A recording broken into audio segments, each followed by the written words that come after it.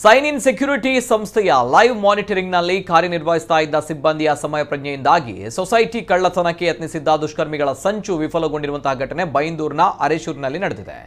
ಇನ್ನು ನಸುಕಿನ ಜಾವ ಈ ಘಟನೆ ನಡೆದಿರುವಂತದ್ದು ಕೊಲ್ಲೂರು ವ್ಯವಸಾಯ ಸೇವಾ ಸಹಕಾರಿ ಸಂಘ ಅರೇಶೀರೂರು ಶಾಖೆಗೆ ಇಂದು ನಸುಕಿನ ಜಾವ 2:42ರ ಸುಮಾರಿಗೆ ಆಗಮಿಸಿದಂತಹ ಕಳ್ಳರು ಹೊರಗಡೆ ಗೋಡೆಗೆ ಅಳವಡಿಸಲಾಗಿದ್ದ ಬಲ್ಬ್ ಅನ್ನು ಕಿತ್ತು ಕಿಟಕಿಯ ಗ್ರಿಲ್ ಅನ್ನು ಮುರಿಯಲಾರಂಭಿಸಿದ್ದಾರೆ.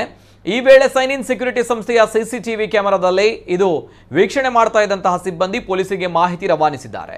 ಕೂಡಲೇ ಕಾರ್ಯಪ್ರವೃತ್ತರಾದ ವೃತ್ತ ನಿರೀಕ್ಷಕ ಸವಿತ್ರ ತೇಜ್ ಹಾಗೂ ಠಾಣಾಧಿಕಾರಿ ತಿಮ್ಮೇಶ್ ಮತ್ತು ಸಿಬ್ಬಂದಿಗಳು ಕೇವಲ 15 ನಿಮಿಷದೊಳಗೆ ಸ್ಥಳಕ್ಕಾಗಮಿಸುವ ಮೊದಲೇ ವಾಹನದ ಶಬ್ದ ಕೇಳಿ ಇಬ್ಬರು ಕಳ್ಳರು ಕಾಲ್ಕಿತ್ತಿದ್ದಾರೆ. ಸದ್ಯ ಸಂಭವಿಸಬಹುದಾಗಿರುವಂತಹ ಬಹುದೊಡ್ಡ ಕಳ್ಳತನವೊಂದು ತಪ್ಪಿ ಹೋಗಿದೆ.